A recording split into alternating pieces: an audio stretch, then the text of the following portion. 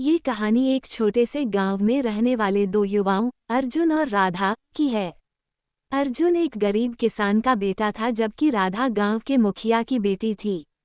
दोनों का मिलना एक संयोग मात्र था, लेकिन उनकी दोस्ती और प्रेम ने पूरे गांव को हैरान कर दिया। एक दिन अर्जुन खेत में काम कर रहा था जब उसे एक प्यारी सी आवाज सुनाई दी।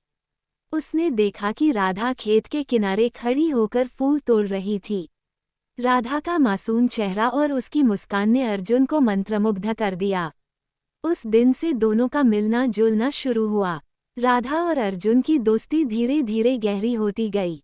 वे एक दूसरे के साथ अपने सपने, अपने दुख और अपनी खुशियां बांटते थे। राधा ने अर्जुन की मेहनत और उसकी ईमानदारी से बहुत प्रभावित थी।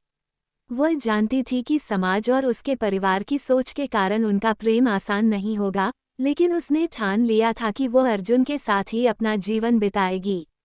एक दिन गांव में एक बड़ा मेला लगा। राधा और अर्जुन ने तय किया कि वे मेले में मिलेंगे और अपने प्रेम का इजहार करेंगे। मेले में दोनों ने एक दूसरे को देखा और एकांत जगह पर मिलने का निश्चय किया।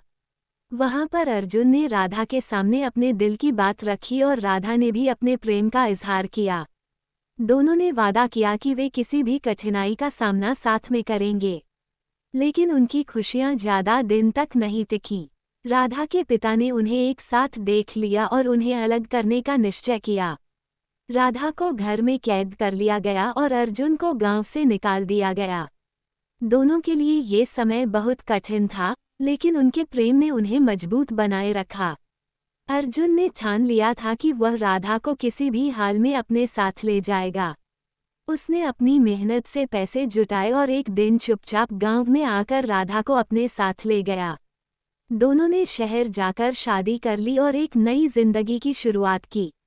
उनके प्रेम की कहानी गांव में एक मिसाल बन गई। उन्होंने साबित कर दिया कि सच्चा प्रेम किसी भी बाधा को पार कर सकता है। उनके संघर्ष और समर्पण ने उन्हें एक ऐसी जिंदगी दी जहां वे एक दूसरे के साथ खुश रह सके।